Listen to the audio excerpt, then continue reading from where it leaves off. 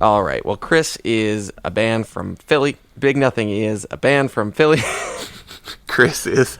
You know what really makes us mad? Is wasting money on CDs with only one or two good songs. Yeah. Tell them about punk.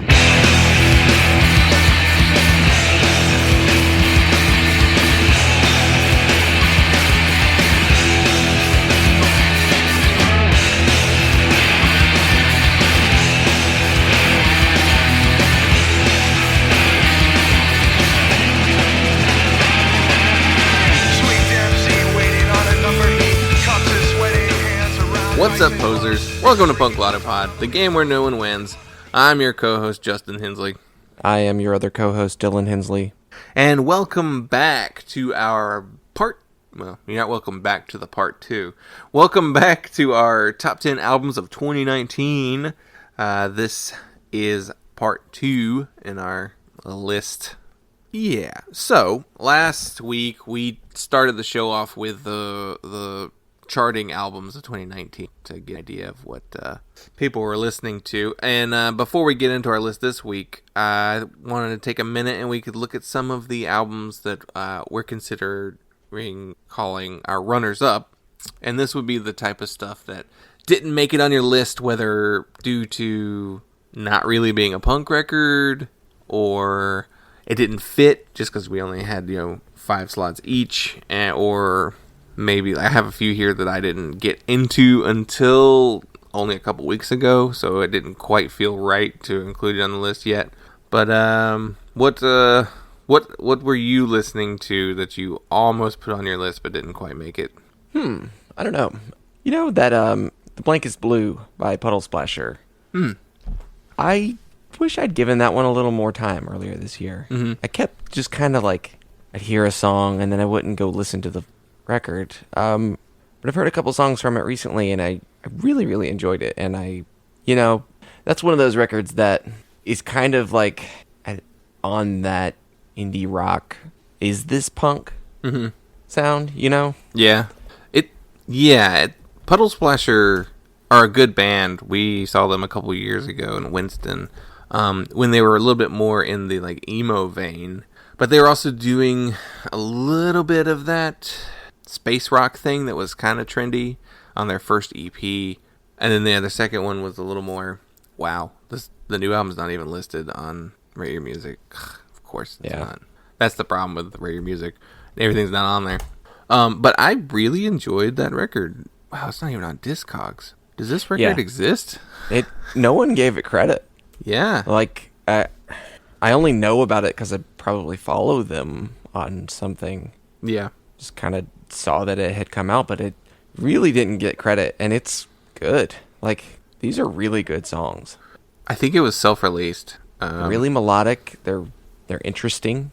Like, there are, I don't know, they kind of took some chances and they swung for the fences on this record, and it people didn't really notice it. Yeah. It's kind of a bummer. It was a good record. I enjoyed it. Like, I initially put it on my list because I was like, well, I like this band, but I hadn't really listened to them in a while, and so my expectations weren't that high, purely because I just hadn't listened to them in a while. And I listened to that record, and I was like, oh shit, this is good. Yeah, it's a solid record. It's a shame it didn't get any attention. I mean, looks like they put out the record like on vinyl themselves, so people should probably go listen to that and purchase a copy so that they don't immediately break up due to not having any money anymore. So, what about you? What else did you listen to? Didn't quite fit. I listened to 200 albums this year. Well, which ones do you want to talk about right now? Let's see. So I've got a list of 100. I'll list them now. Number 1. You got to do it like a song, like a yeah, like an Animaniacs Countries of the World thing. So there's a couple things I was really enjoying this year.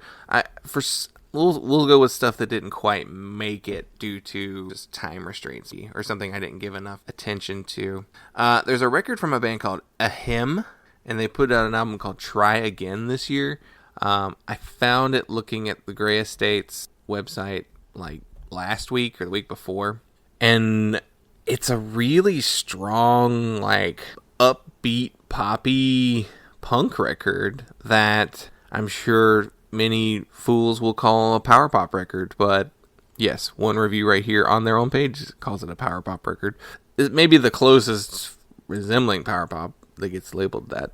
It's like this, I don't know, it's just an energetic, melodic record with some cool angular guitars, definitely 90s influenced guitars. Yeah, they're a little trio from Minneapolis, Minnesota. It's a really, really good record. But I just, didn't find it early enough in the year to quite make it, though it only came out in November. So one of those ones that gets a little lost due to its release timing of its release. I also listened to Steph Chura's album, Midnight. Steph Chura is about to go on tour with Against Me next year, so she's about to blow up. Kind of singer-songwritery, not quite. I guess it technically just like indie rock, but I don't know. It definitely has a punk bent to it. I mean, I wouldn't imagine Against Me would take her on tour if there wasn't a little punk in there. Really strong record.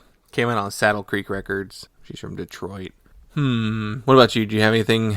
Do you have anything that's not really punk that you were listening to? I mean, like my biggest record for the year that I didn't put on this list because it's you wouldn't call this punk was "Young in My Head" by Starflyer 59. Yeah. Generally indie rock, I guess. Shoegaze classic, originally, but still kind of draws on that shoegaze and dream pop sound throughout most of his catalog. But I love that record. I love that band. I fully expected to really, really love it. First two singles off of that record, "Hey, Are You Listening?" And "Young in My Head," are just perfect songs. Really big Jesus and Mary Chain influences on this record, more so than his previous records. But there's some really cool stuff on here. Some real surprises. Some big rock guitars and some other more. Are you opening fucking cans? I'm listening. Yeah, I'm listening. There's some. Jesus Christ. You're gonna have to edit all of this. You're only making it harder for yourself. He was drinking a beer when he came in here. I thought you were cool, man. But this record was, I mentioned that a lot of the records on my list are bummers. This one was particularly tough to listen to. Lyrically, it was sounded a little more personal than a lot of records. People want to speculate on marriage troubles and things like that, and I don't want to feed into that. But there's definitely some, marriage songs on here. Mm-hmm. I think they're just songs. I think he's just a songwriter. Yeah, I mean, the dude has, 12 fucking records or something like that? Yeah. Dude just writes songs. But there are some lyrics that I do think were specifically talking about, I had a feeling that maybe he was talking about his relationship with his brother, Ronnie, from Joy Electric. And, he talks about his kid, playing music with his kid. And it sounds like he's saying he's hanging up his spurs on this record and passing the reins. But again, maybe that's just speculation. But it was a pretty heavy record, though. I remember when there was a lot of discussion between you and I when this record before it came out, like as the singles were coming out, and then when it finally came out, we got to listen to the whole thing. We talked about this record a lot for the first couple months of the year. Yeah, there was a lot of speculating, wow, what's this record about? It feels the most personal out of... Though, I don't know, he was doing that on Slow as well. Yeah. There's a lot of personal stuff there. Maybe it's just the most... he's entering this new phase where he's just very personal with his lyrics. Because, to be honest, I don't really know what most of the rest of his records are even singing about. There aren't a ton of, really standout lyrics to some of the middle period or later Starflyer records. We had a lot of discussion about his fan base, about how they are literally the worst fan base we've ever experienced. Yeah, a lot of hoarders in there. Yeah, I bought 10 copies for myself because the old records are worth hundreds of dollars, so these are going to be worth hundreds of dollars later. Another record that doesn't fit on our list for this year for very obvious reasons, but was a record I really enjoyed a lot, was Western Stars by Bruce Springsteen, orchestral singer-songwriter country pop. He really, really did something special with this record. He really set out with it's almost a concept record. I mean, it's like a character record, I would say. Like, he basically picked a style and a tone and wrote for it, and it came out really well. I think it's the best thing he's done in quite a while. And then, of course, there's the movie pretty much about the record, which Katie and I went and saw. It got a major release, like wide distribution, which was so weird. It didn't show up here. So niche. I mean, it was at like all the Harkins theaters in Phoenix. Katie and I went and saw it, and it was us and one other guy, like an older guy, who got up and left halfway through. What?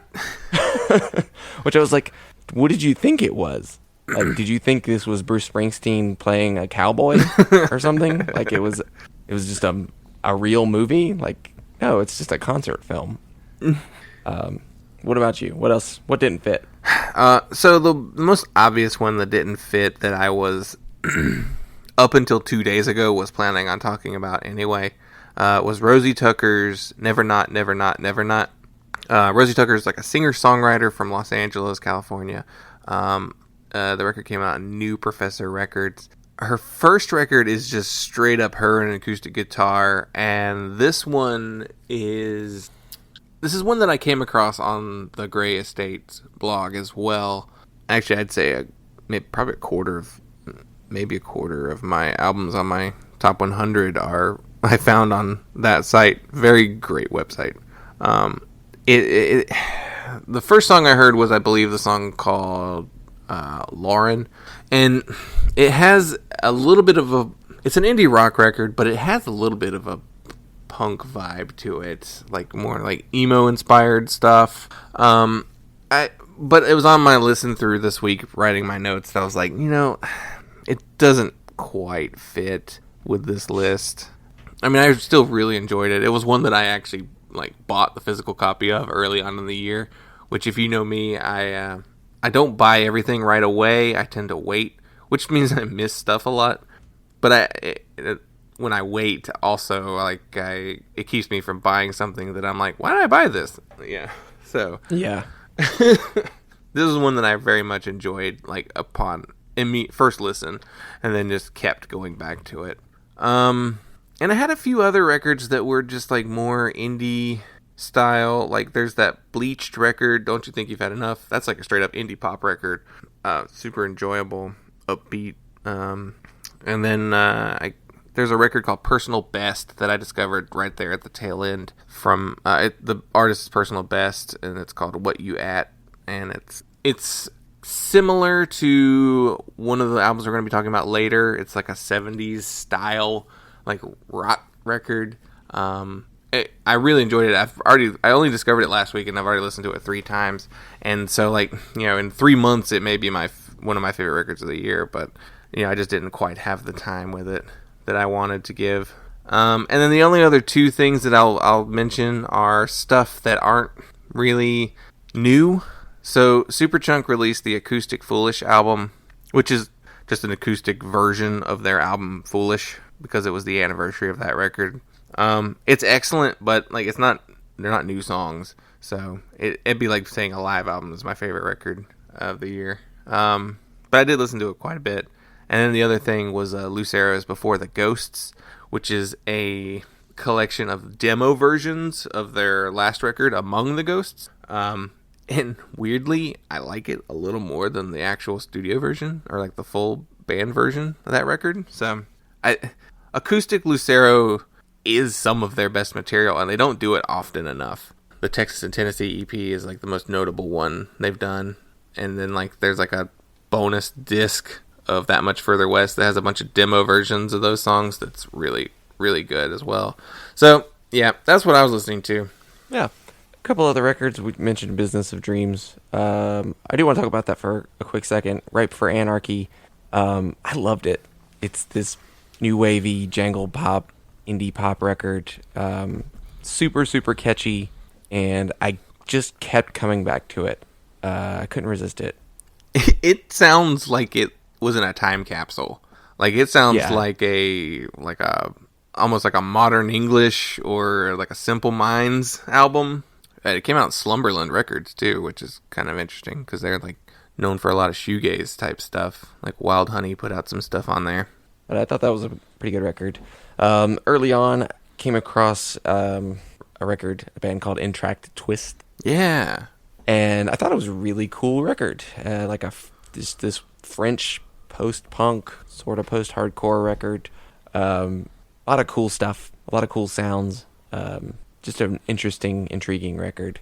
You know, not something that I listened to a ton, but I enjoyed it, and I got some distinct memories of driving around in LA listening to that record, because put that on a big playlist of records to listen to when I went earlier this year to see Teenage Fan Club.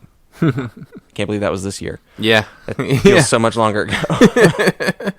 So I thought that was a pretty neat record, and not one that people are talking about anywhere. So go check that out. But I think that covers all my runners up. The last thing I'll say is the Muffs put out an album this year called No Holiday. It's a strange record. Kim Shattuck actually passed away this year. She was the main singer, songwriter, and guitarist of the Muffs. And the record it's 18 tracks. But it's songs written between like 1991 and 2017. So I think they're all recorded essentially in the same session, but I guess it's like she had all these extra songs and they wanted to record them.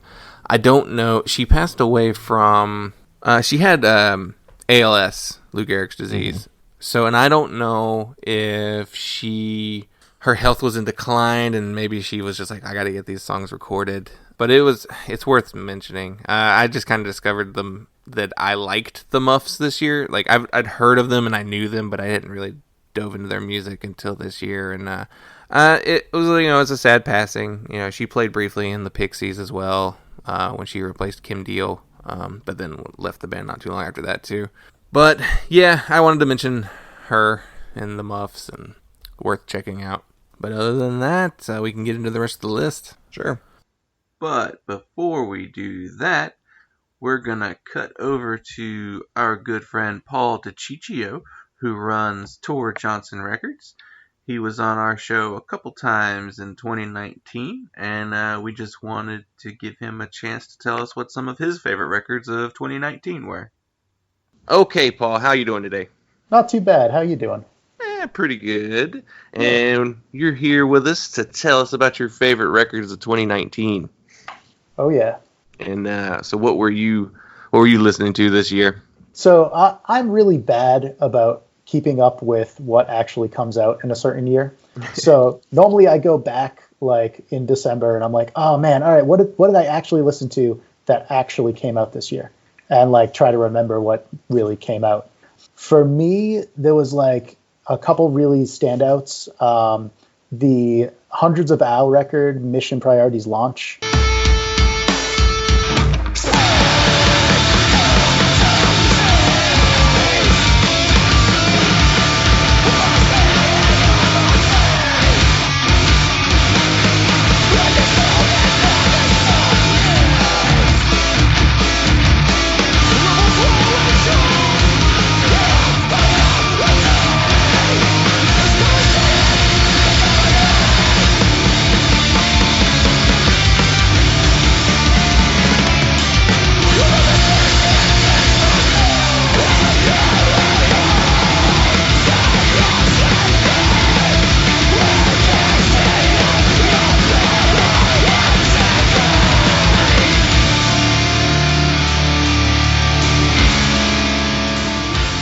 Was like awesome. It's technically an EP, but then they released it as a 12-inch with that EP on one side and their old EP on another. And it's really just perfect screamo done by members of U&I, done by people who are of that genre, and like just keeping that feeling like going. When you sent that to me, I wasn't familiar with the name, and I like gave it a listen. And I was like, oh damn, this is real nice. I like this a lot. It's like screamo, but it's kind of crusty too. Yeah. The drummer does insane blast beats over like screamo stuff. It's ridiculous. Yeah, I was unfamiliar with them. That's a good find. Two of the guys from UNI. It's Tom, who's obviously been in a million bands. He's been in The Assistant and The Ship Will Sink and Capacities and bands like that. Yeah, Black Kites. Yeah, Black Kites. And then the singer, who I am blanking on his name, Jason, I believe, who wasn't in another band until he was also in NY and 64 with Tom and Hundreds of Ow. So it's like his first time being back in a band since UNI in the 90s. That's awesome. Yeah. I'm not familiar with the pedigree of the other guitarist and the drummer, but they are insane. They're like really good. Yeah, yeah. Their artwork's interesting because it's not what you'd expect from like a screamo band. I'd almost say it'd be more like a post-metal band or like maybe like tech metal or something like. Totally. I know the name comes from like it's an ow is like a measurement of like beyond light years or something like that. So it's like some measurement to do with like space travel, and so I think that's why they like keep their artwork kind of like spacey-ish. Yeah. But like, yeah, looking at it, it's not what you expect to hear. And then actually, like as a sister band, because two of the members are also in this band, the NY64, it ended up being a digital release only, but their record Safety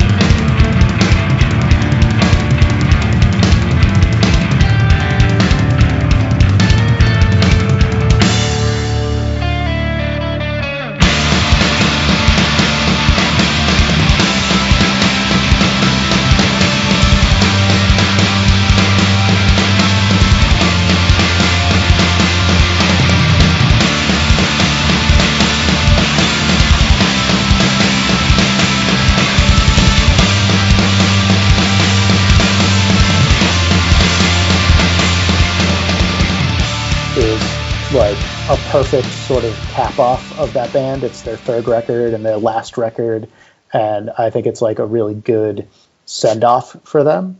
I knew that name, and I'm trying to remember they had their other two records were out on Magic Bullet. Yeah, so that may be where. I wonder if I saw some earlier artwork from that first one. Oh, that's possible. That one was a lot of places. They pushed that one really hard. Yeah. But this one, with Magic Bullet folding and turning into Dark Operative, NY64 was sort of like left out in the cold a little bit. And this record, like, they went back and forth about what to do with it and decided to just release it digitally. And I think it's done just really well. It's also an interesting mix if you haven't heard that band, because the other two members of that band, the guys who aren't from UNI, are in a like tech metal band called East of the Wall. And like it's a weird blending of all that into like an instrumental band, and like it's just done really well. So I listen to that one a lot. Yeah. I mean, also like sort of not instrumental, but similar, that new Mono record, Nowhere Now Here.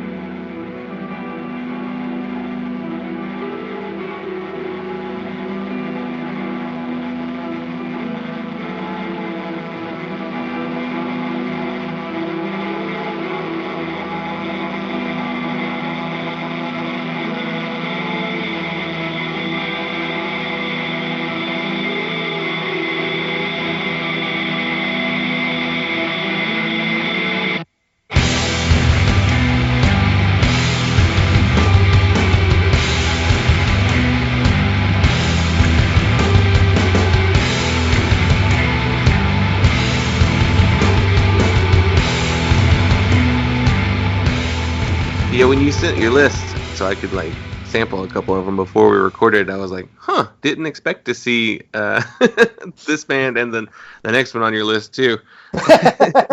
I listen to some weird shit. I'm not gonna lie. Yeah.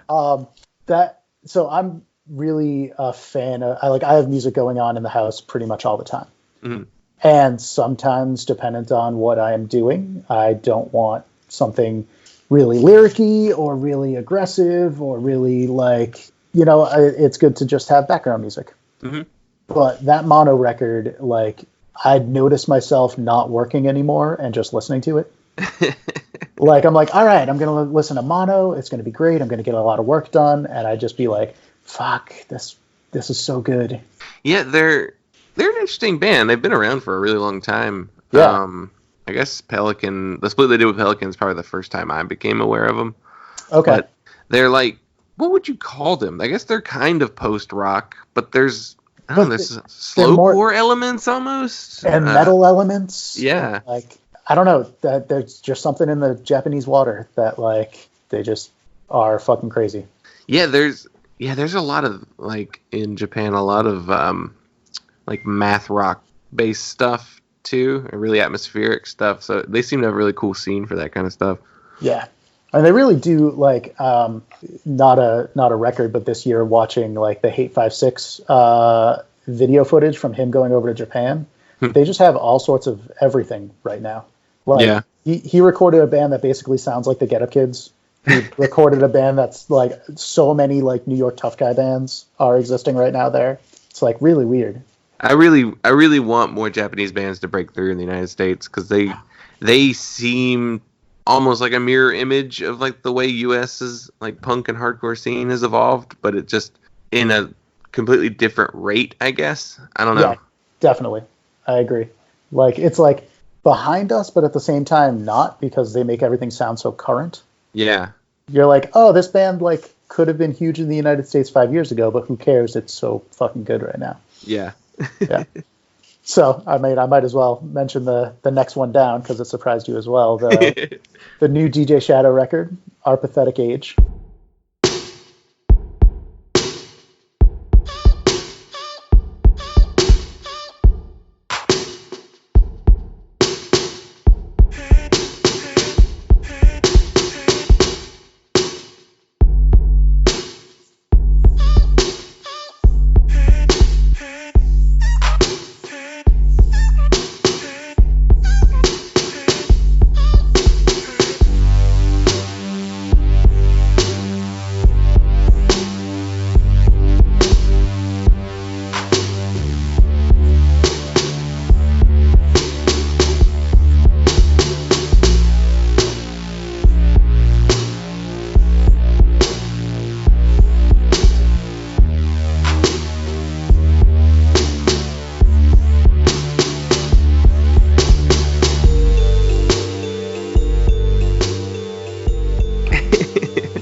So that was a surprise. Yeah, that one was oh, okay. I mean, I figured maybe it was work, music that you listened to while you worked or something. I love DJ Shadow stuff. I love a lot of underground hip hop stuff. Introducing the second song was my ringtone when I used to have a flip phone. The movie Scratch is fucking awesome, and his part in it is amazing. I feel a lot of it is just because I like digging for records. I like digging for different types of records than obviously DJ Shadow does. But this record was really surprising. So I don't know how much you've listened to it, but it sounds like a movie soundtrack. Yeah, I was surprised. Is it an instrumental record? Because I feel I didn't hear a lot in the way of vocals. It's an instrumental record, except I think it came out as a double CD, and the second CD is all with rappers. Or at least on Spotify, there's a disc 2, and that disc has people over it. But most of his stuff is all instrumental, and then he'd work with people occasionally. He put out, I think the last record he put out had half the songs had MCs over them. But it's this one is very much you're watching a movie. I don't know what type of movie, but it's taken me through all sorts of different things where. Some of his other stuff is very much this is instrumental hip hop, where this is This record is like, this is a movie score. Like, it's crazy. Yeah. Yeah, I'm looking at the guest, like the vocals. You got some big names on there, like Nas, and Ghost, Wu-Tang members, and Run the Jewels. That's a pretty cool lineup there. Yeah, I mean, like, dude's been doing it for forever. Yeah. So, kind of makes sense. Yeah. In terms of other hip-hop stuff, the Malibu Ken record.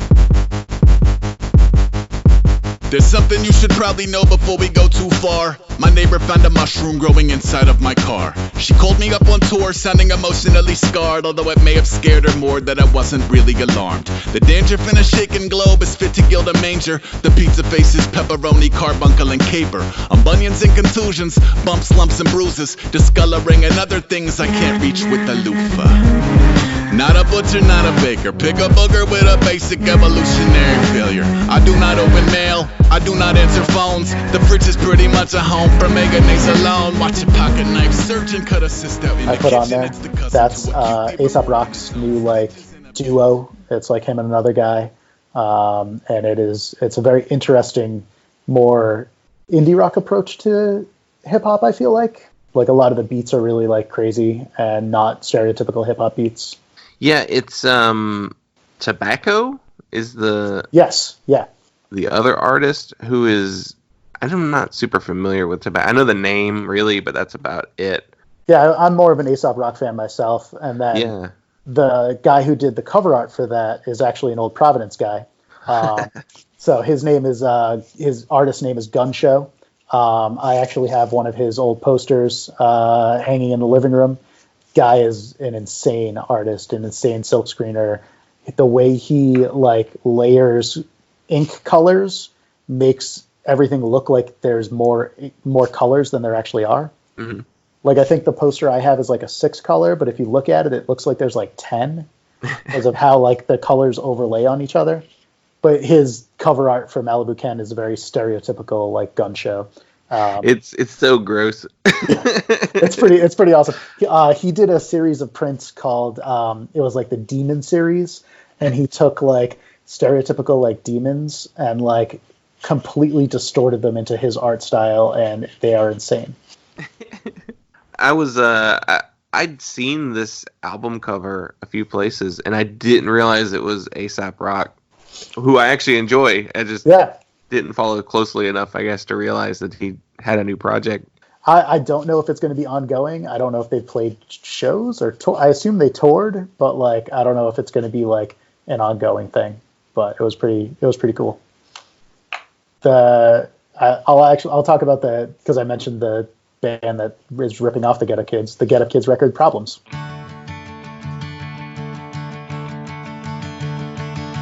By myself, I don't think anybody else even cares if all is well. You're only thinking of yourself. It's a long way down. It's a long way down for me.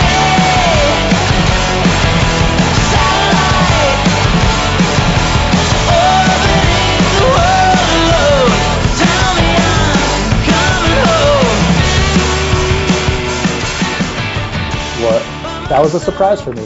Honestly. Yeah, it is a surprise because, I mean, I think most people tend to agree that Get Up Kids haven't really released a lot of good stuff in the last couple of years, but... Right.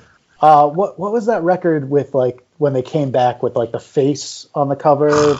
Like, it was so bad. What is that terrible thing called? Right. There Are Rules. Yeah. So, I remember, like, you know, I saw Get Up Kids on the Something to Write Home About tour. And like when that record came out, I was like, "Oh, new Get Up Kids, all right, cool." And just remembered being like, "What the fuck is happening?"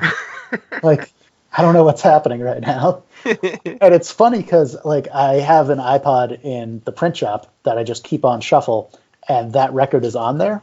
Oh no! And sometimes songs will come up, and I'll be like, "Huh, this isn't horrible. What is this?" And then I'll be like, "Oh right, it's the Get Up Kids." And like, I feel like if they released that record under a different name, people would have been like, "That's a fine record," but they didn't.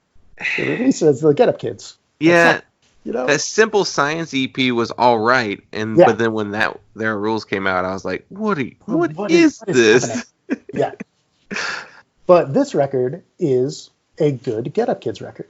I feel like, you know? Yeah. I listened to a little bit of it because I hadn't listened to at this point, I wasn't particularly listening to new Get Up Kids. Sure. So why would you? Right. They kind of burned me in the past. So I was essentially done with them. But I listened to a little bit of this and I was like, damn, that first track is killer. Right? That first track is really good. And I listened to it at work, actually, because somebody was like, oh, I don't know if you've heard the new Get Up Kids record, but you should listen to it. It is surprisingly good. And yeah, it just sounds like a Get Up Kids record. I was very surprised. Yeah, I think I listened to that EP they put out last year, Kicker. Yeah. And I think it had like 2 songs I liked on it. But I honestly didn't realize they'd even put out a new album this year. Yeah, it was, they're on that polyvinyl money now. Yeah. I'll also give a shout out to the Slingshot Dakota record, Heavy Banding.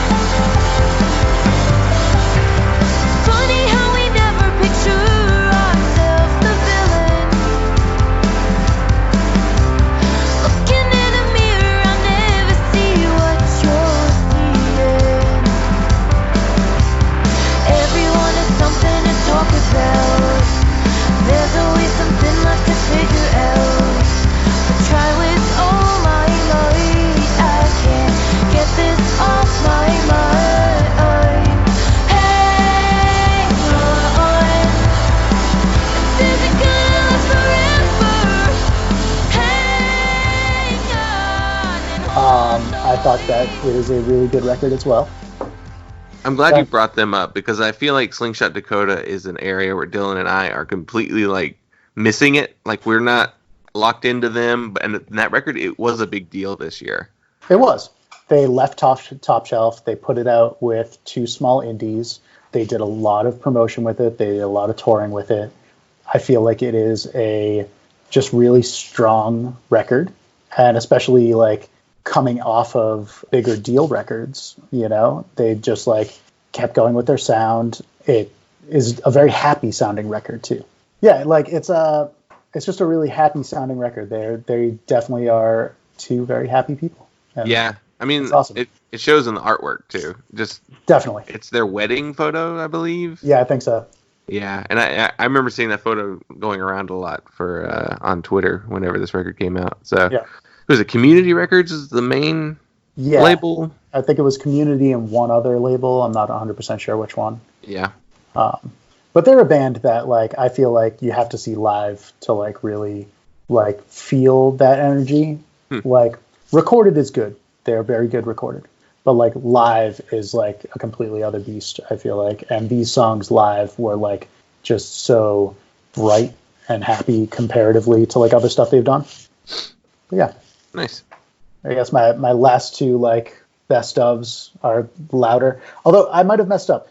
Did the Jeromes Dream record come out this year?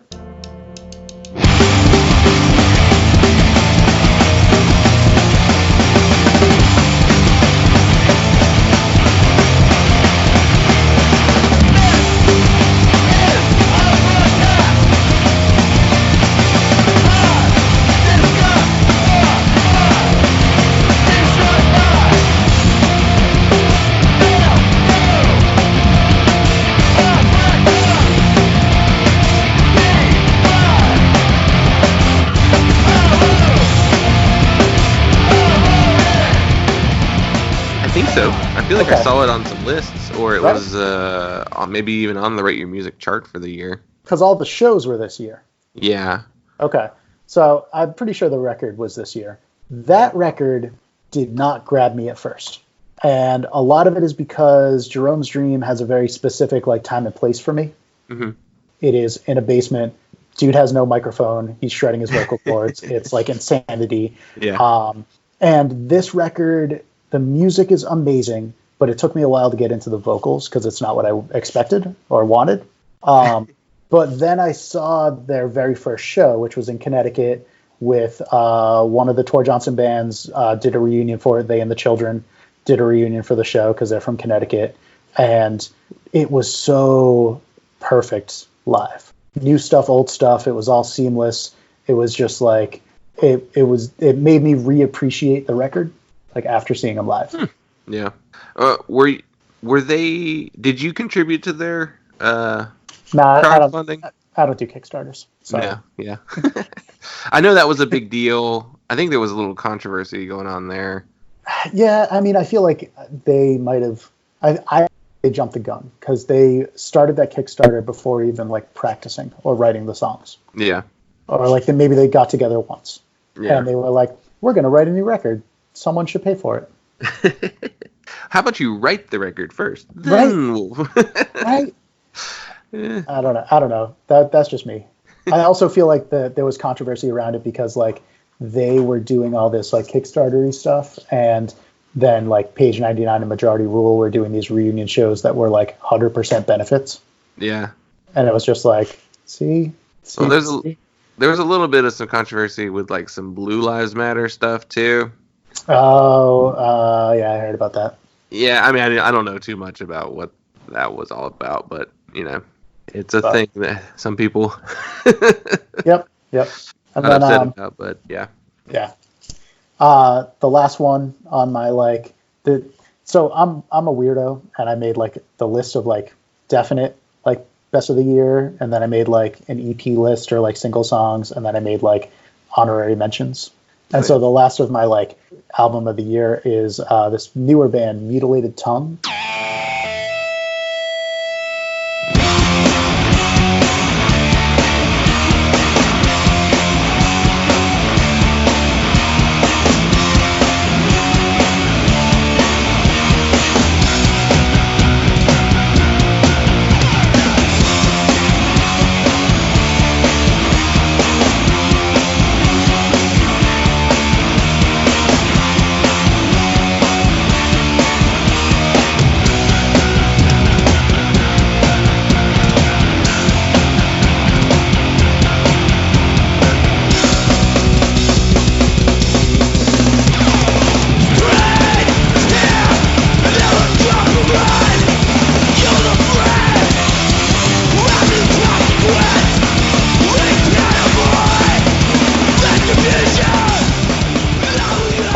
Who are members of Look Back and Laugh and Punch and like a bunch of other Bay Area like old school punk bands, and they put out their first record on Armageddon Records, and it sounds exactly like you'd expect it to. It's members of Look Back and Laugh playing like more hardcore-y, so it's like crusty, but it's like hardcore. Yeah.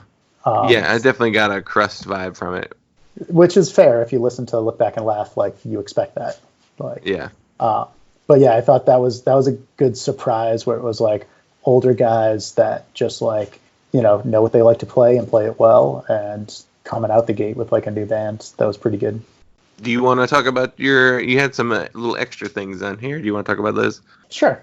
The Envy released one song, which is so upsetting to me because that song is so fucking good, and I want a record so badly, but I got one song. When was the last time they put out an album? Oh, God, it's been a while. Like, What do you mean? 15 looks like. Yeah, something like that. So like 5 years ago. Mm-hmm. So then putting out a song is like a big deal, but it's like, give me a record though. That's what I want. I see a listing here for something in 2020 called The Fallen Crimson. Yeah, this was like a precursor. This was like everyone get excited because there's going to be an Envy record, but like, just give me the record already. Yeah. Looks like February, so you don't have to wait too long. All right, I don't have to wait too long. All right, that's good. Envy and Mono, I feel like are like in my brain like two sides of the same weird Japanese coin. It makes sense. I mean, Did they ever do anything together? I don't think so. They're on the same label though. Yeah. But I don't think they ever did anything together. But yeah. There's also a newer group that also released only one record. This band called Pretty/Normal. That is Sean, who goes by Quinn now, of Verse and What Feeds the Fire. And it's more like indie rocky. It's like kind of jangly actually. So I was pretty surprised with that little thing that made its way into the world. Yeah, I really like Aviator a lot. Are they done? Is that something that... I think so, but they might be one of those bands that's never really done. Yeah. You know?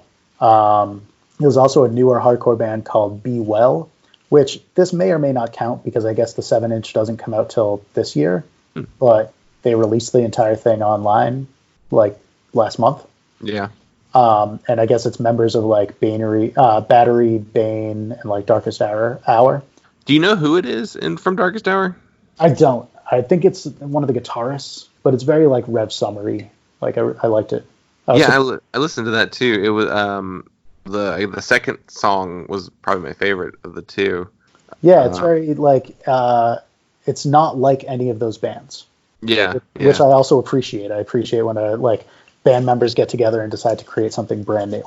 Also, similar to like a supergroup sort of thing, there's a band out of Western Mass now called Corrode, and that's members like Will Killingsworth, who's been in Orchid and Ampere and like a million other bands, and Megan from Ampere, and the bassist is in Mountain Man, and the other guitarist was in Relics, and they've just been like, they're all people who you've seen in bands in New England for years, like all combined to join this like kind of really just ridiculous punk band. Yeah, that was one I couldn't find to listen to beforehand. I'll have to send it to you. But I think I just pulled it up on Bandcamp now. Yeah, I had no idea. At the new Will Killingsworth band. That's pretty cool. Yeah, it's super good. It's super fast. It's tight. They ended up playing that same Jeromes Dream show, and like they're just like every member is awesome. So having them all together is also really good. And you got some honorable mentions over here. Man, I kind of went all out this year, huh? Yeah, you definitely have more than anybody else did. Oh, really? Yeah.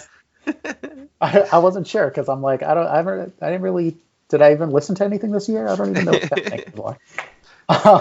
So the new Loudest Beat record, I'm really bad at like that era of screamo-y stuff because like I really didn't give it much of a chance. That like Pianos Become the Teeth, Loudest Beat, like that whole time frame. Yeah. And this record is good. It's not what I expected. My friend Corey, who's actually here from Providence, plays guitar on that record, and he was a touring member for years, but this is the first record he's actually like writing on, and it's really good. I couldn't get over like the vocals seem like he dude just has one style. Yeah. But musically, like I really dug it. It was very different from what I expected, and I assume very different from their previous output. I feel like this is the one, like probably the most relevant they've been in a while, though. Like this record got a lot of press. Yeah. I saw it on a lot of lists this year, so it's pretty cool that your friend is on this record. Yeah. I thought it was kind of cool because he's been like a touring member for so long that he's now officially a member. Yeah. The Antagonize record, Slip Death, which is the singer of Bane's new band. The demo came out last year, and a lot of people were really mad because it doesn't sound like Bane. It's like it's very much like a skate punk band. It's like it kind of reminds me of like the super early Bane stuff, but like it's just a fun throwback to like a fun skate punk band, and like not really what a lot of people probably expected out of his new project. Yeah. The next one is the Soul Glow record. Yep. Which with a word we can't say. That's true. In me is me, but yeah. Yeah. I want to love this band so much, and they are so good live. And I really like what they did with this record, with mixing in like programmed stuff and like noise stuff and like hip hop stuff. The one problem I have with all of their records is that they are all super lo-fi. Yeah. Like super lo-fi. I really, really hope that they get a budget for the next thing they do, because Me too, because there was so much in this record that could have been awesome. Yeah, I really enjoyed this record. We talked briefly about it on our list, but this is an important band, I think. Very. And I think once we get something a little bit, maybe on a bigger label, maybe a little bit more production behind it, they're gonna be monsters. They're gonna be unstoppable. Totally. And they did that run with Jerome's Dream this year. Like, I think they have a lot ahead of them.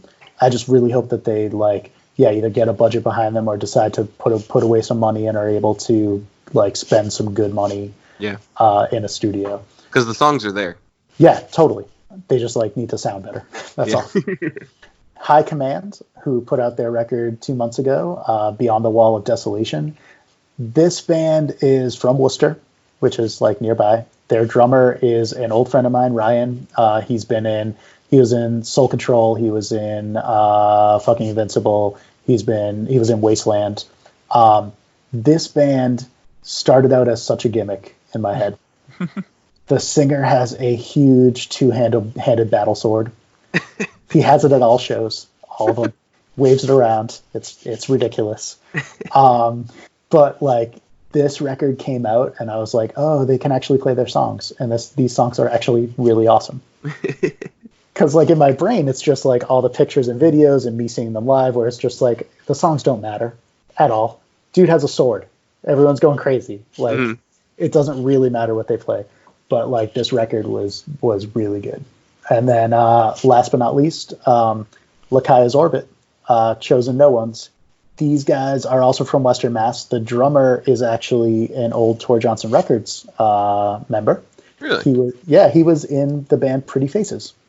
He was also in Daniel Striped Tiger and a bunch of other bands. But it is just really good, catchy indie rock. It's just it's very California X. And they find this is a band that is a band for fun. And for years they didn't have a record out, but then Dead Broke just put out this record, and it's awesome. That is awesome. Yeah. And there we go. And I also wanted to point out that you put out one of my favorite records this year as well. Oh, I did? Yeah. Tor Johnson put out Finn by Sneeze, and I didn't put it on my top 10 because I thought maybe you'd bring it up here, but I want to talk about it here. That record is so good. Thank you. I always think it's weird to put my own releases in my top, I don't know. In my brain, all right, definitely 100% the releases I put a lot of money behind are the ones I think are the best. Well, yeah, and you probably had, listened to it a billion times getting ready for pressing, so you probably didn't want to listen to it so much after proofing everything, but it's very true. But I do like that record. That record is done fantastic. Really well. I think it's their best record to date. I agree. Hopefully they'll get a nice big East Coast in, so you'll get to see them. Word is they're trying to do Europe this coming year, so hopefully they'll be around and everyone will get to see them live and experience these awesome songs. Yeah. Well, thanks a lot, Paul. Thank you, Justin. I think you're up next. So number 5. All right, number 5 for me is Shelters by Bars of Gold.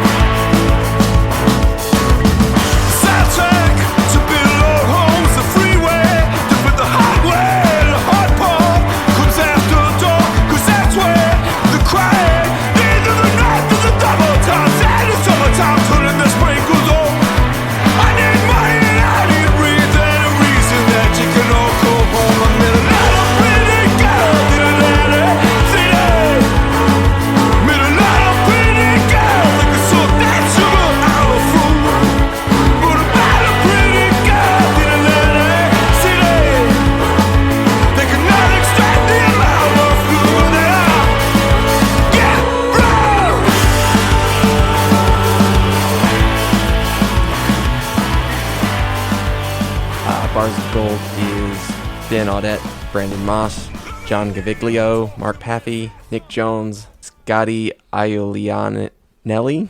Sorry, Scotty. They are from Ferndale, Michigan, and they put this record out on Equal Vision, which is kind of surprising, but not really, when you consider that it's members of Bear vs. Shark. Bars of Gold is a mashup of Bear vs. Shark and another Michigan band, Wildcatting. I was eagerly awaiting this record when it was announced. We've talked about them many times on the show, but Bear vs. Shark is such an important band to me and to us both, I believe. Yeah. And Bars of Gold has been putting out some of my favorite records this decade. Everything they have released, which is, only about 3 albums, but it's all top tier stuff. That's more albums than Bear vs. Shark. Yeah. Yeah. This record was a long time in the making. I knew they were working on another record shortly after their last album, Wheels, but that record was released in 2013. So they really took their time on this one. And I mean, there were the Bear vs. Shark reunion shows, and that probably drew some of their time away. But I listened to an interview with Mark Paffey a couple years ago, actually. It was around when the Bear vs. Shark reunions were starting, and the hosts asked him if, was there plans for new music, and he said that first his wife was pregnant, so he was having a kid, and then he was like, and then I want to finish this Bars of Gold record before we even considered doing anything new with Bear vs. Shark. So that's why it took so long. He had a baby and then had to finish a record, and then they were doing those Bear vs. Shark shows and little one-offs. But yeah. This record is huge. It's fairly long. It's about a 41-minute record, but it is 41 minutes of just nonstop guitars and drums and Mark wailing and screaming. It is not a screamo record. No. But it's got that kind of frantic energy. Bars of Gold, they draw heavily on like a lot of different things, actually. Yeah. Fugazi, Talking Heads, Bruce Springsteen. There's a song called Atlantic City on here. But this record, I feel like more so than Wheels, is pretty constant in its tempo. And the songs themselves are fairly long, too.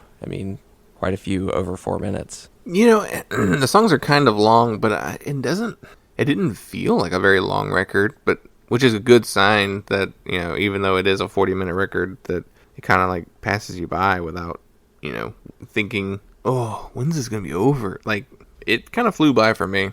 Yeah, it has the, I don't know, it's kind of like Double Nickels on the Dime meets Remain in Light. It's just a really, really cool, complex record. There are just all these like interlocking guitar parts, and I saw Bars of Gold this year, and at several points throughout the show there's 4 guitars on stage. Mark doesn't play the guitar through every song, but he does on a lot, and it was an impressive wall of sound. But not like super heavy distortion. You can hear all the little different things that the guitars are doing, and it's really like loop based, I guess. But so there's maybe a math rock comparison that could be made, but it's like fun instead of battles, like dry, blink, blink, blink, cold. Yeah, but if you have any other thoughts on this one, I think we can. Nope. We can move on to our next one. All right.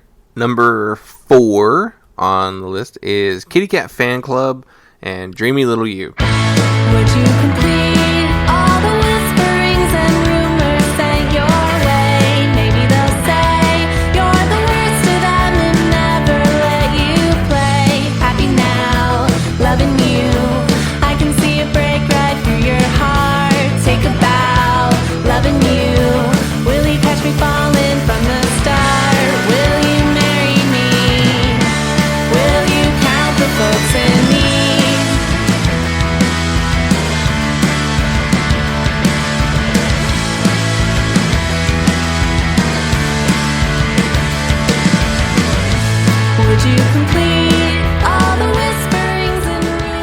So this is the first full-length Kitty Cat Fan Club album. They have a series of like EPs that they've been releasing over the last couple of years. It came out on Asian Man Records, which is like one of the longest-running DIY punk record labels that pretty much still operates the way it always has, out of Mike Park's parents' garage. The personnel on this record is Casey Jones and Brianda Goyos Leon on vocals, Sim Castro and Mike Park on guitars, John McMaster on bass, Justin Amons on drums, and Mike Huguenot on keyboards. They're from San Jose, California. I'm not sure when this happened, but they became a 7-piece for this record. I don't know if it started on the last EP or if it was just between EPs and the full length. You know, they added an extra guitarist, I believe. They have a new bass player. Morgan from Hard Girls was also in it originally, but on bass, but he's no longer in it. Mike Huguenot is in Hard Girls. They added a second vocalist. Casey still does a majority of the singing, but Brianda does like these harmony vocals with her throughout the record.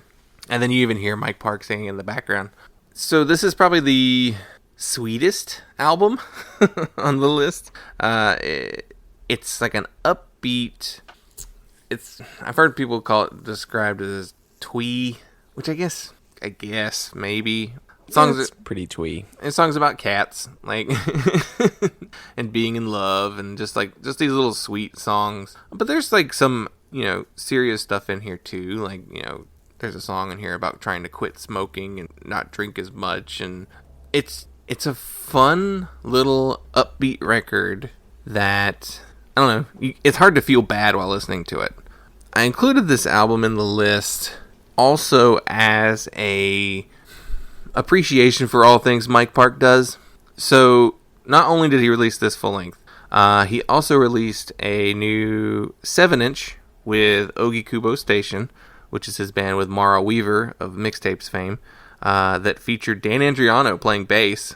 It's just a little 3-song EP. They also released a brand new Bruce Lee Band EP called Rental Eviction. And this is like the modern lineup of Bruce Lee Band, which is like Jeff Rosenstock and Dan Podhast and Kevin Higuchi, I believe. Which is like, it's a 6-song EP that's 12 minutes long. It's very short. And not to mention all the great records that came out on Asian Man Records this year. They kind of had a killer year. They put out the Small Crush self-titled album, which was a band made up of literal children. They are high school students that he just decided to put their record out. He put out the stand-up comedian Jonah Ray's EP of Weird Al covers. So you know how Weird Al has like originals on some of his albums, like they're like polkas, but they are original songs, not parodies. Well, he did punk covers of Weird Al's originals. So it's just a fun little thing he did, which like sold out instantaneously, and it was like vinyl only. Like there's no digital version of it, which made me wonder if this was a little bit of a unauthorized release, but maybe. And it just keeps going. Like he put out that Sheena, Anika, and Augusta EP this year with Sheena from Lemuria, Anika from Katie Ellen and Chumped, and Augusta from Cayetana. He put out the second Dog Breath album, which I very much enjoyed. It probably would have made my list if I'd heard it a little earlier in the year. Dog Breath's last album was one of my favorite records the year it came out. I want to say 2016. He put out a new Dowsing album. And a record from a band called Grumpster that's really fun and enjoyable, just sort of like pop punk. So, to me, Asian Man Records might be our best punk record label right now.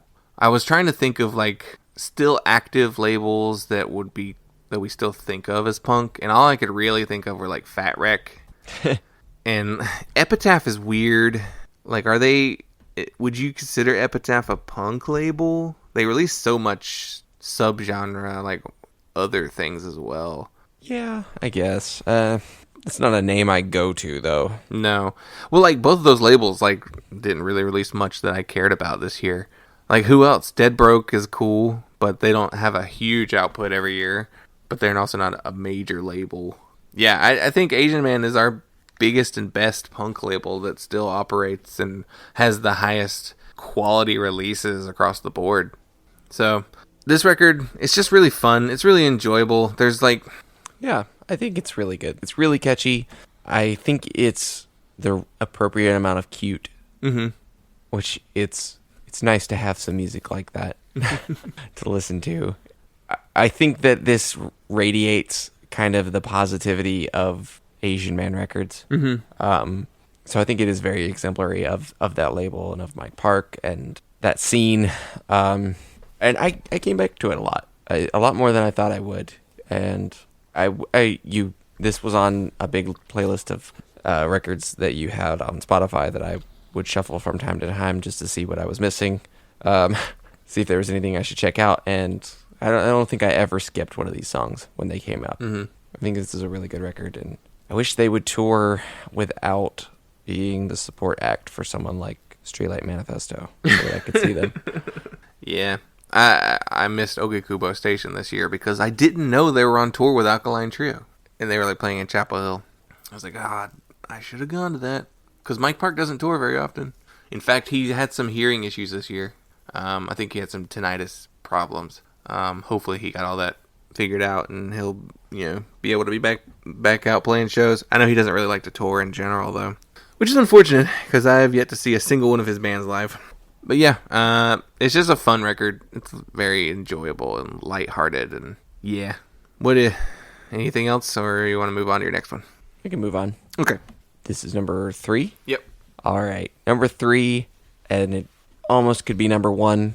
I think that's how contentious this whole list is. Yeah. I mean, everything could have almost been number 1. It's totally arbitrary. But it is Sunshine Rock by Bob Mould.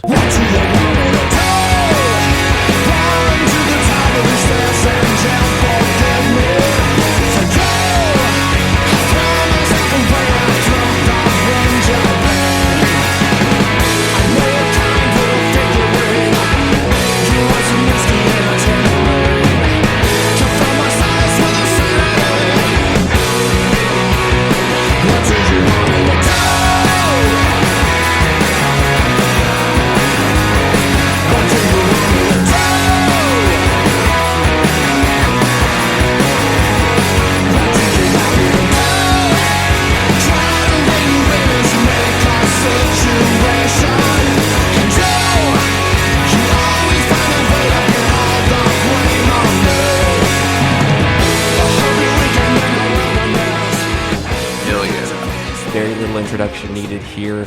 Bob Mould, of course, though, will give him the intro because he certainly deserves it. Guitarist and singer of Husker Du, Sugar, many solo records of his own.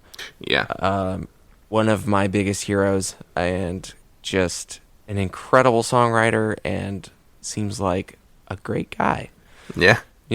He certainly had his issues early on, but this record, of course, also includes his standard rhythm section, Jason Narducci on bass and John Worster on drums, famous as the rhythm section for Superchunk. They've been playing with Bob on his solo records for the last several years. Yeah, probably going back to Life and Times, maybe? I don't know what the lineup on those records were, like District Line, and they're definitely on all the Merge records, though, for sure. No, it looks like Brendan Canty played drums on District Lines. John played on Life and Times. I don't think that Jason joined until Silver Age. Yeah. So Silver Age, Beauty and Ruin, and Patch the Sky, those are all and Sunshine Rock are all the Merge records. And yeah.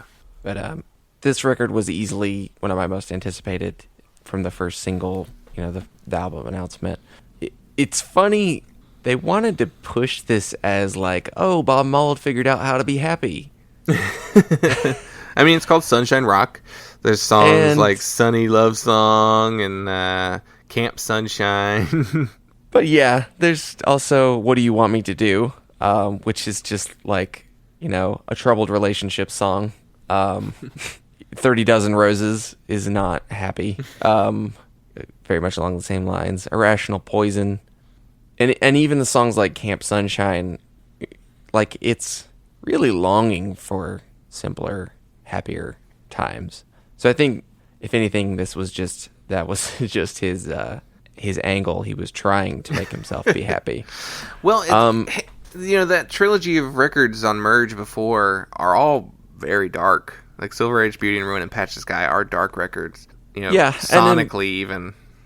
He was, I think in his personal life was dealing with a lot about his parents aging, and then of course passing away throughout the making of these records. And this is the first record he's made since their passing. He did something that he talked about a lot, talking about this record in interviews that I read with him.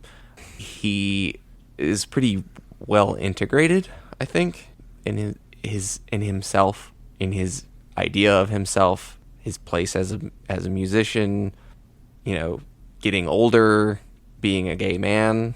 And I think that that's something that really comes through strong on this record. He really knows who he is on this record. And he draws a lot on 60s pop and folk music. And he talked about reading on like Joni Mitchell chord theory, and there's definitely like a strong Byrds influence on a lot of his lead parts and kind of his sense of melody. This record, he also does some full-on strings. Like there's some really beautiful orchestration on this record, provided by the Prague TV Orchestra, which was something that he's wanted to do. I think was what he said, that he's been wanting to do for a while. I also want to say there are like some key strings on previous records, but this is the first time they've actually gotten like full-on orchestra. But this is it's easily could have been number one for me. Yeah, people describe it as his happiest record to date or in a while. And yeah, you're right. Lyrically, it's not necessarily, but sonically, it is probably one of the brighter sounding records. There's definitely more of an effort to write pop songs on this record, though Patch the Sky had its moments as well like that. I was looking at his solo discography, and this may be my favorite of his records, next to maybe Black Sheets of Rain. That record is a phenomenal record, but then maybe my favorite solo record of his overall, but this one might be my second favorite out of all of them. And I'd put maybe Patch the Sky right after it, and then Workbook. But everyone is very, very quick to talk about Husker Du and how amazing they were. And I think people tend to forget just how good his solo stuff is, too. He has tons of records. And he has more solo records than Husker Du records. Yeah. So, Sugar got a lot of attention for being, maybe it's a timing, it was a timing thing. It kept, when those records came out, people were starting to be nostalgic for Husker Du, so that's why maybe Sugar took off as strong as it did. But yeah, his solo records are just fantastic in their own right. I too also wonder how much of Grant Hart's passing made everyone go, hey, maybe we should pay more attention to Bob. Yeah, he was always there. Maybe we were taking advantage of the fact that he was always there. Let's really look at his stuff now and pay attention, because he's in fine health. I'm not saying there's a fear of him dying anytime soon, but I think we have a tendency of not paying attention to people when they're actually around until it's too late. And so I think we really need to let's look at some of his stuff, not just Husker Du. Yeah, he's in his 60s now. Yeah. So go see him. He's getting up there. Yeah, he's still go playing. See him. I saw him this year, and it was a solo electric tour, which I didn't know until I got there. And it may be one of the best shows I saw all year. He was having a blast playing those songs. It was a good environment.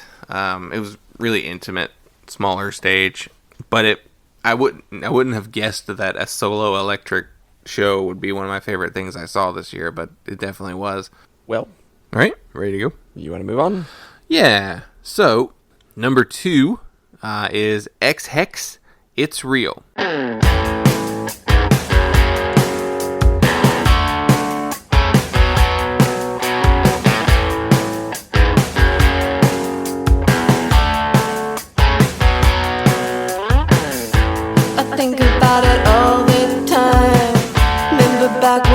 You were mine, 4 tears down your golden cheek.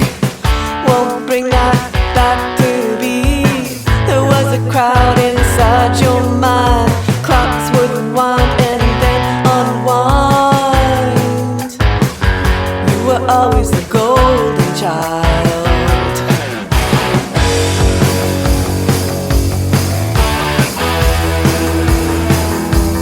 Acting tough, ain't good enough. When it's time to roll, gonna let it go.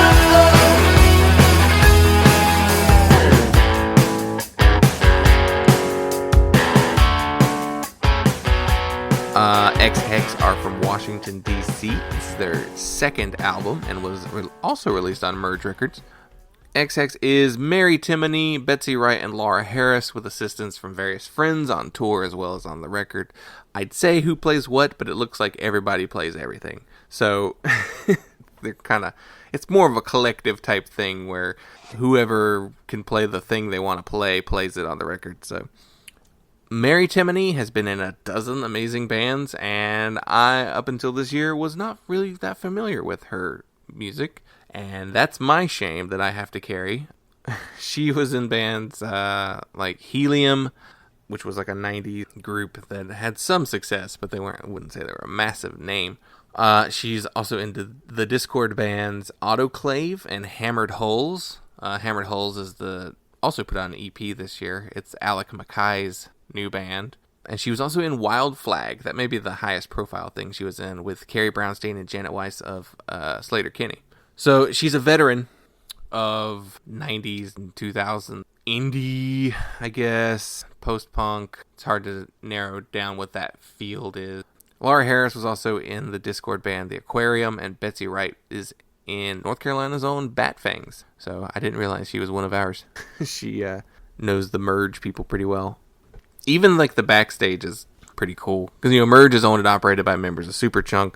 The record was also engineered by Jay Robbins of Jawbox and Burning Airlines. So all of that being said, this is the best 70s rock record to not be released in the 70s. It takes elements of glam, yes, power pop. Yeah. It's real. It's power pop. Yeah. Justin has this very strong anti-power pop bias. Yes. And meaning we frequently comment on records that are labeled power pop on Rate Your Music, or that otherwise in the press people try and call power pop. They really aren't power pop. No. This one actually is. Yeah. Which I was even like, no, it's not. But I had to think about it, and it actually qualifies.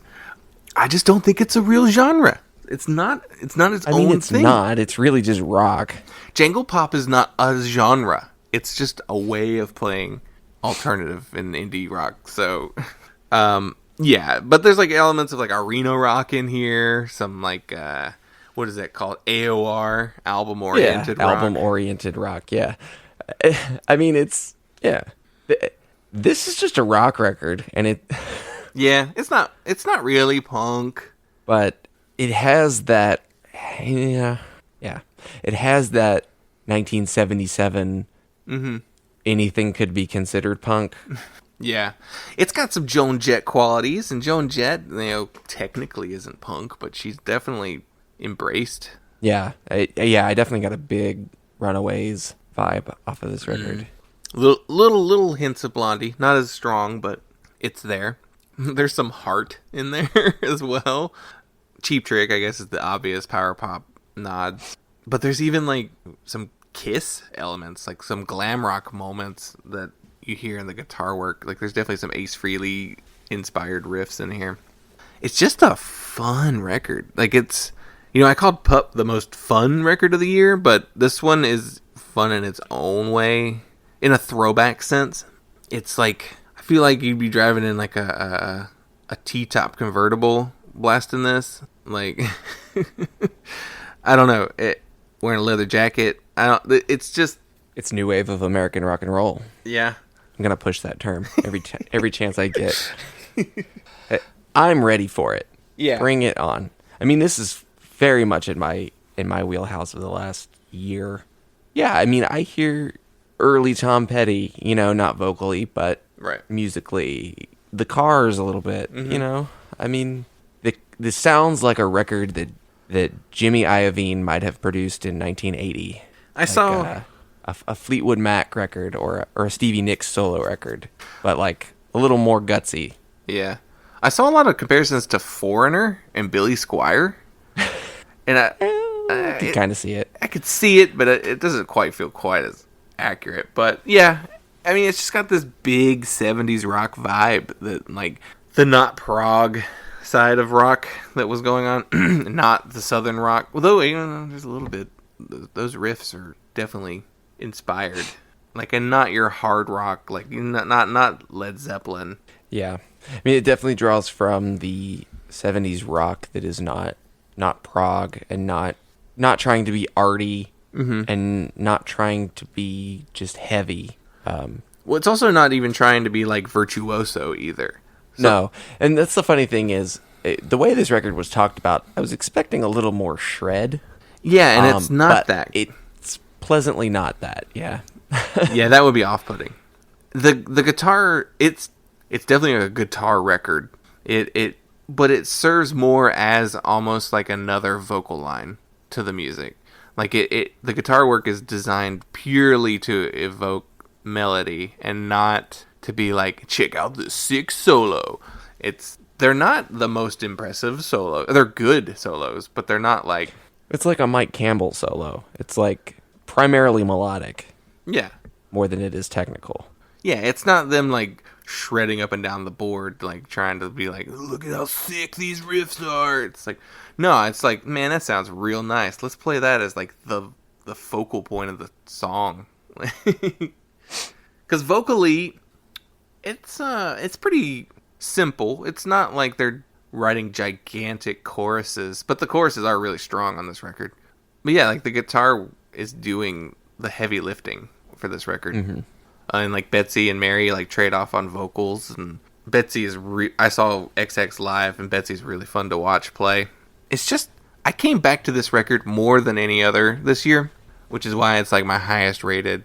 And it really made me want to dive deeper into Mary Timony's like discography, and like I listened to that Autoclave collection that Discord put out a couple years ago, and it's such a good, they were a good band. Like they get lost due to being a mid-90s Discord band that wasn't Fugazi, but they were really good in their own. And I listened to a little bit of Helium. I need to dive deeper on Helium, and I listened to that Wild Flag record. I would love to have more Wild Flag records, especially since that new Slater Candy record was such a disappointment this year. But we'll blame St. Vincent for that one. Yeah. But yeah, well, what is it? Anything else to say on Hex X Hex X? No. Heck yes. I'm working with you here. What's number one? Our number one album is Chris by Big Nothing.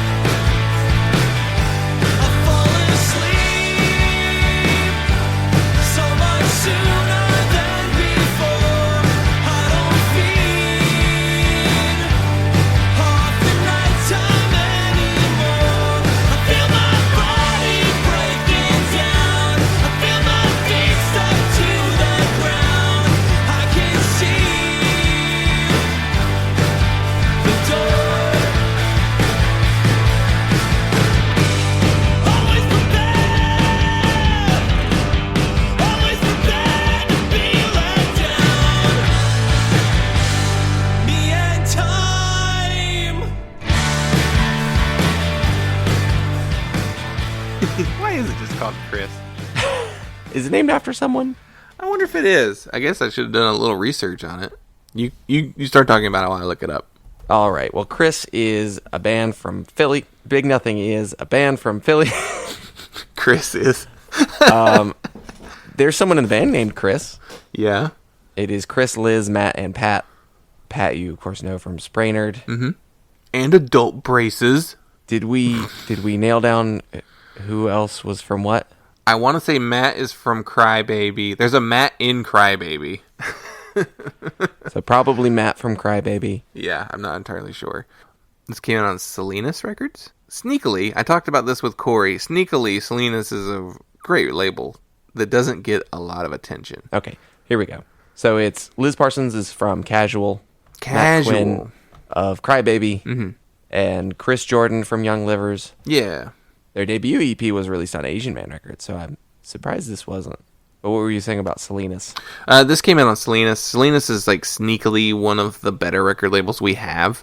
And I don't think they get the attention that they should because they put out a lot of records this year. I was looking at their page. They put out that Notches album that like it's a pre-order right now. I think it's actually out though. They did that Radiator Hospital record this year, which was a little disappointing, mainly because it's just an acoustic record. They did Soar. I saw that name a lot. But they've also in the past done stuff by Swearin', Joyride, who are really enjoyable. Salinas is a good record label that doesn't have a huge online presence outside of they have a web store. They don't even have like a Bandcamp page, with all their records. I think they just let the bands put their records up themselves. Yeah. But Chris was recorded and produced by Evan Bernard at a cabin in Narrowsburg, New York. Evan Bernard, of course, is part of the dynamic duo of Evan Bernard and Chris. I don't know if it's Bernard or Bernard. Chris Chris Doc Baglivo of the Super Weeks. They have recorded and produced a lot of Philly type bands. They have really got a sound. They really know what they're doing because this record sounds great. And all those Superworks records sounded great. So I really wanted to specifically call that out because I did really, really enjoy the production of this record. But this was... You pitched this one to me. You said I should listen to it. This came out, what was it, May? Yeah, it was pretty early, yeah. It was, first listen, I was like, damn, this is going to be top 5 for sure. And I've come back to it a bunch of times. It was a lot of fun to see them at Fest this year and to be able to sing along with these songs. Yeah, I want to say this may be my favorite thing Pat's done. I loved Sprainerd quite a bit, but there's something about this. This is what we were talking about with Adult Magic. Like this is like our wheelhouse. Like this, not too fast, crunchy riffs, very melodic, kind of melancholic, but not like sad sounding. It just feels like working music. Yeah. Do you know? Yeah, I mean there are some lines on this record though that cut deep. Oh yeah, for sure. Quiet One and Real Name in particular had some really standout lyrics to me. Waste My Time, the first track. I really appreciate that there are basically 3 singers in this band. Like Matt, Liz, and Pat all sing songs. Every time I listen to anything that Matt sings, I'm just immediately taken back to Crybaby, who is a criminally underrated band. They kind of got attention due to featuring Ed McNulty, who plays in Beach Slang. But like Matt, I think sang a lot of those songs on the Crybaby record that Square of Opposition put out, and that record is excellent as well. If you like this record, you'll like that record too. I'm not too familiar with Casual. Did she just play bass? She wasn't the singer in Casual, right? I don't know. They don't have a ton of material. They have just like a couple EPs and singles, I think. Oh, there is an LP though. They did a split with Martin, which is Pat. Oh, I forgot about Martin, Pat's other post-Sprainerd band. And they did a split with Crybaby. So like they're all friends. They all knew each other. I think maybe their drummer was the most outside of their group because Young Livers were a Gainesville band. So, but yeah, the rest of them are Philly adjacent. I guess Sprainerd was New York, but I don't know. All that stuff's kind of driving distance. Well, what you think?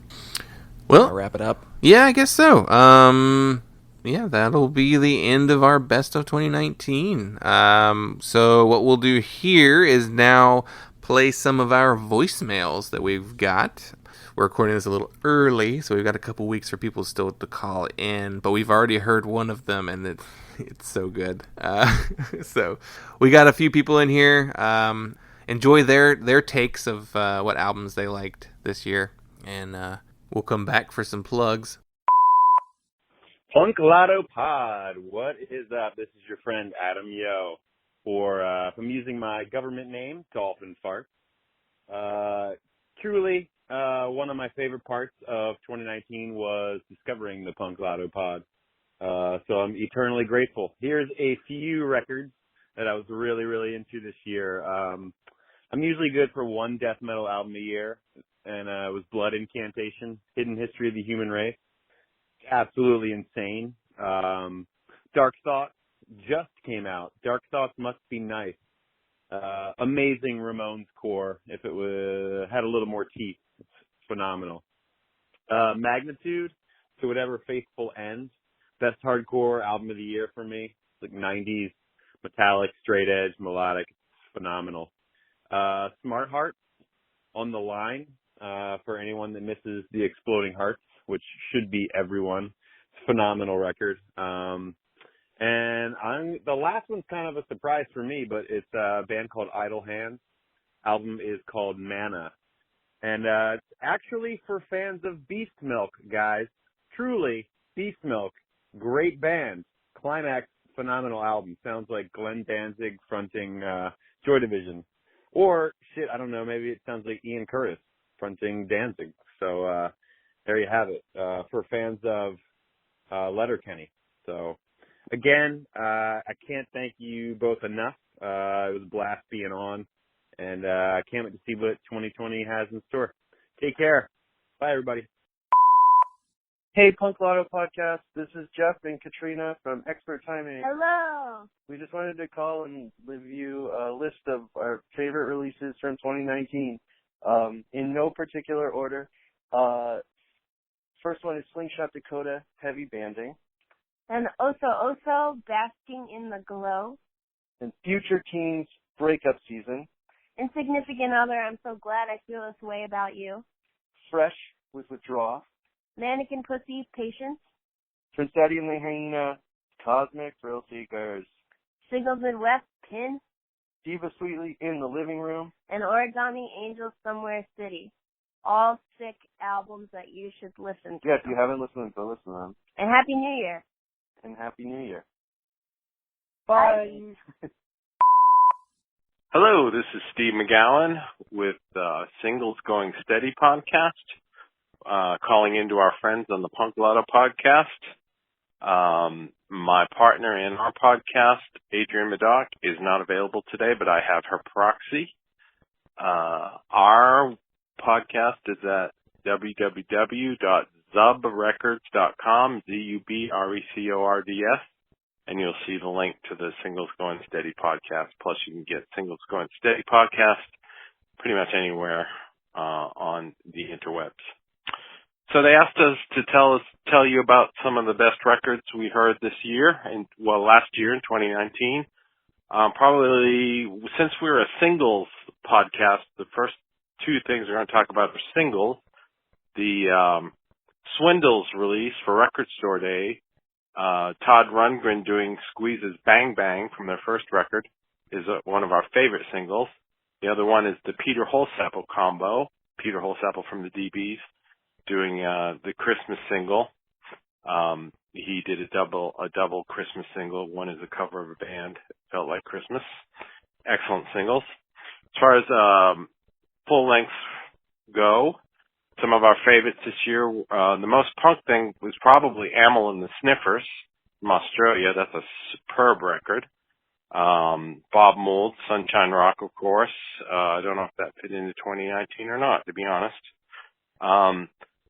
Probably my favorite record this year is Red Cross's Beyond the Door.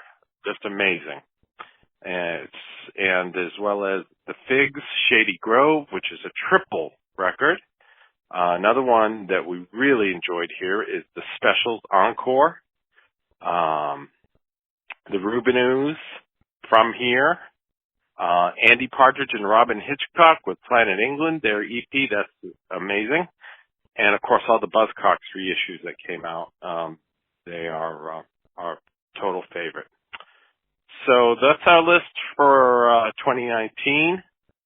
Hope you guys keep up the good work with the Punk Lotto podcast. Hope we'll talk to you again soon. And please check out our podcast, the Singles Going Steady podcast, and you can go to zubrecords.com, ZUBRECORDS. Thanks a lot. Have a great 2020. Hey, this is Joshua Robbins, just calling in, and it was awesome to be on the podcast this year. I guess we're talking about the movies we liked in 2020. That's the name of the game. So missed a bunch of them. Didn't get to see Joker, Parasite, Uncut Gems, or The Lighthouse. Sorry, just couldn't get to the theater. But I did see The Fanatic, directed by Fred Durst, and it stars John Travolta. And it also has Devon Sawa from Idle Hands. I would highly recommend it. Just Google The Fanatic, and just the pictures of it will, just check that out. But my best of 2019, not really in any particular order, but I'll go, I'll just read them off. Knives Out, Midsummer, Us, Sword of Trust, The Irishman, Toy Story 4, John Wick 3, Between Two Ferns, the movie, Detective Pikachu, and Once Upon a Time in Hollywood. I'd probably say Once Upon a Time in Hollywood would be my number 10 and really rank everything. It probably wasn't the strongest Quentin Tarantino in my book, but really a lot of pretty parts in the movie and some cool filmmaking, even if it just kind of seems like Quentin Tarantino is just doing himself. I watched about 175 movies in 2019, which is way down from, not 175. I apologize. Doesn't make for good radio. It was actually 205 movies in 2019 that I watched. And for 2020, hopefully less movies, because in 2018 I watched 370. So trying to actually cut down and just watch better movies, but also trying to watch every movie that Clint Eastwood has directed, for better or for worse. Probably a lot of worse. But I'll let you know how that goes. All right. Have a good year. All right. Wasn't that great? Yeah. I'm so good at this. I guess calling it out means I'm not good at it, but continue to follow us on Twitter, Instagram, and Facebook. We're at PunkLottoPod. Our email address is punklotopod@gmail.com, and our website is punklotopod.simplecast.fm. Give us a call, leave us a voicemail at 202-688-PUNK. That is 202-688-7865.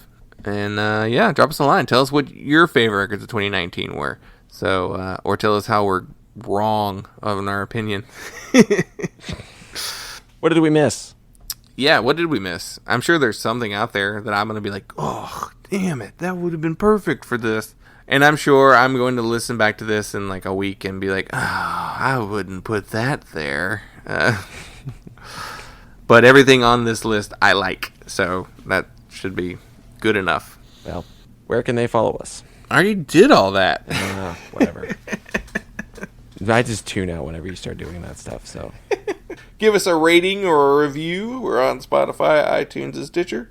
And whatever else streaming service that you use, we're probably there. If not, tell me, and so I can put it on there. I want to make sure we got our bases covered, but that's one good thing about Simplecast. I think they cover all those bases for us. But that'll do it for 2019. And looking forward to 2020. We'll be back on format next week. We don't know what we're talking about yet, but we'll figure it out. 2020, we're going for it.